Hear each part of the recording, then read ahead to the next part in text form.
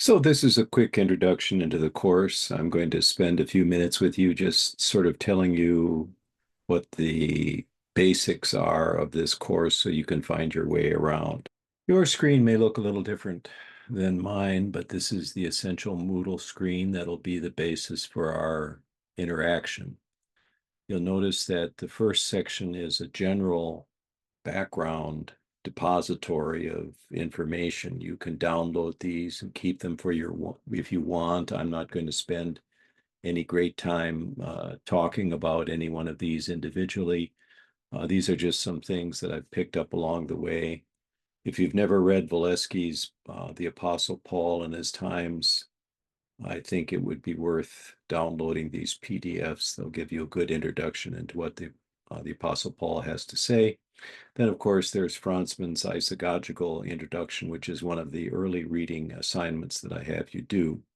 Let's move on to the course syllabus. I want to talk a little bit about that. The purpose of the course is essentially just to get into Romans. That's what we want to do. We want to study Romans together, especially the last half of the book. Very interesting half of the book. I'm becoming more and more enamored of it. Everybody loves Romans 1 to 8, but I'm beginning to get attracted more and more to Romans 9 to 16, which begins with a justification of God's ways to Israel, God's righteousness to Israel, how he treated them fairly, even though someone might consider his mercy to be unfair in the way that he carried it out in salvation history. I'd like to call your attention to the weekly assignments. This is generally what I'm going to want you to accomplish every week.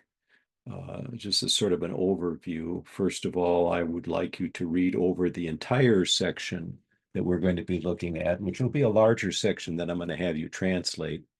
I want you to look this over in the People's Bible and take note of any questions that you might have as you're reading. Then I want you to do a good translation. And I say good translation, avoid Greeklish. Try to put it into idiomatic English. You don't have to make it sound cotton patch or weird, but make it sound like good 12th grade English aimed at a 12th grade audience of, let's say, high schoolers. And upload your translation after you've had a chance to revise it, after you've gone through some of the other steps. I'll have videos each week that I'll want you to have perused. Then I'll have some PDFs that I'll want you to look through. Most of these are notes that focus in either on the text itself or on particular issues that have arisen through the years as I've taught the text, specific topics like the Potter illustration in Romans 9:20. Our first difficulty is going to be Romans 9:5, where we're going to look at the question of whether Paul at this early state is making a specific reference to Jesus as God. Romans 9:5 then bears, since it's such an important passage, bears a little closer look at. Um, every week, I want you to read through a scholarly commentary of your choice on the section under scrutiny. I'll talk a little bit what I mean by scholarly commentary in a second. After you've done all that, then revise and upload your translation on the basis of the steps you've done in 3 to 5. And then do so in the place that is provided. I want both your original and your revised version side by side. Then use the weekly forum to make 2 posts. Make them somewhat substantial. I mean, don't just make them a single sentence or two. Make them perhaps a paragraph. Think in terms of a paragraph or two for each post where you're either making a comment on the exegesis or a doctrine that comes up in a text or a translational matter. Try to be positive in your evaluation of other translations. If you're evaluating another translation and finding it wanting, try to figure out why they translated it the way they did. That's often more helpful for one's exegesis than trying to say, well, my translation is much better because I'm closer to the original, blah, blah, blah. So try to be positive as you evaluate other translations, unless they're just grossly bad. You may ask a question under scrutiny, but just don't ask the question. Let me know what's guiding your thinking and what you're wrestling with. Include possible answers that you're exploring to the question that you pose. This may give your classmates opportunity to respond, or if none of them responds, then I suppose I could answer the question one way or another, putting my 2 cents in. Then you could also summarize or paraphrase the section under discussion. It's often that's helpful in getting the line of thought as you try to connect the thoughts together.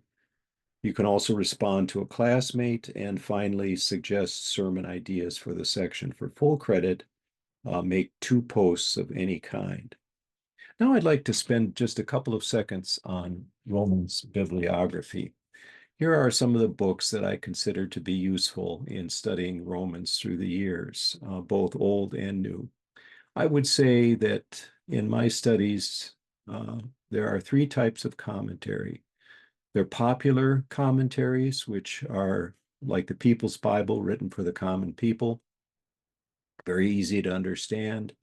That doesn't mean they're worthless. Certainly, Armin Panning's People's Bible is not only concise, but also masterful. It's the work of a man who has taught Romans for many, many years. Just a beautiful piece of work there. Oh, but he doesn't give you a lot of source material where he got some of his ideas. You're seeing the final product, not how he got there. So that would be a popular commentary. Then there are what I would consider to be classic commentaries. That is, commentaries that have influenced other commentaries and have sort of stood the test of time through the years. So, for example, I would consider Martin Franzmann's commentary on Romans a classic. It's just beautiful stuff, but he doesn't always show you, just like Panning, where his thinking comes from. He's just amazingly creative in the way he's able to write. I found that people either like Franzmann or they don't like Franzmann. So if you're one of those that likes Franzmann, I would certainly advise you getting this book. If you don't like Franzmann, then it probably is a waste of time. Uh, let's see, what other commentaries are there? So that we're talking about classic commentaries, commentaries that have stood the test of time. Another uh, commentary in the classic version would be Steckhart, Sanday, and Headlam, and Luther himself. You got to understand that Luther wrote his commentary very early in his career. So in terms of exegetical insight, he's a long way from the polished Luther of the mid 1520s and early 1530s. He wrote it very, very early, and yet it's a classic because you could see how his thoughts, his reformational thoughts, are beginning to form. Probably the top scholarly commentaries that I would point you to would be Middendorf in the Concordia commentary series, or Moo.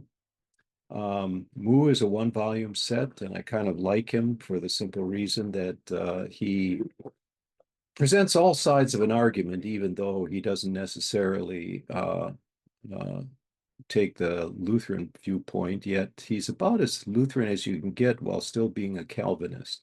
He's a really good Calvinist. Let me put it that way. Middendorf is a good corrective, but if you can only afford one, you'll have to choose which one you like the best. Even Middendorf, though, there's a play there, he sort of can go on and on about a certain subject area, and you get sort of lost in his argumentation. You're not really sure what he's saying. So even he has his limits. Um, in any case, these are just some thoughts that I have as I introduce this syllabus to you. Make sure that you look over your weekly assignments the way I've suggested, and you'll find a weekly assignment sheet. At least the first week, I'm going to spell it out what I want you to do under each of these sections. I think that should do us for now.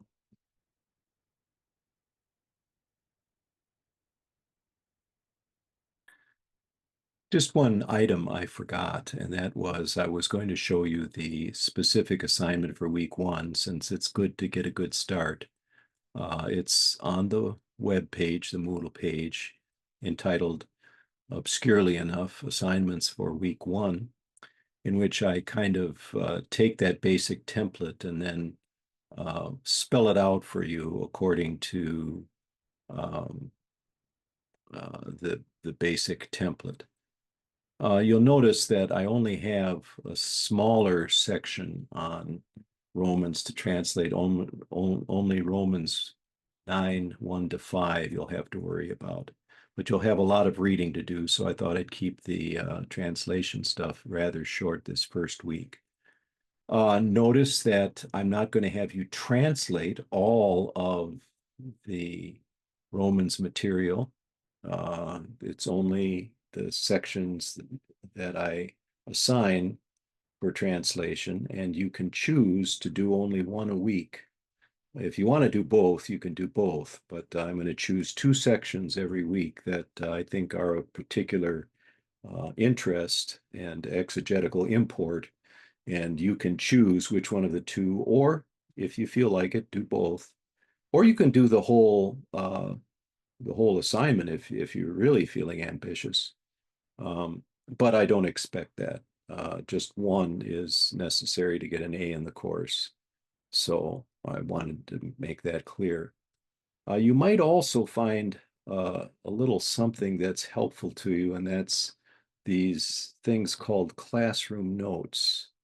These are my own sort of classroom notes that I use to do my lectures from, where I have my own notes that are sort of written on the side. I have one for every section of Romans, Romans 9 to 16. So if you want to download those for yourselves and use those, I'm not sure how good they communicate. They may communicate well, maybe not so well. Maybe you don't know what I'm driving at, but I found they're helpful to me. So this is sort of my exegetical uh, notebook, if you want, if it's of any help to you. So I just wanted to call your attention to that, and I think that's really all I had to say this first video.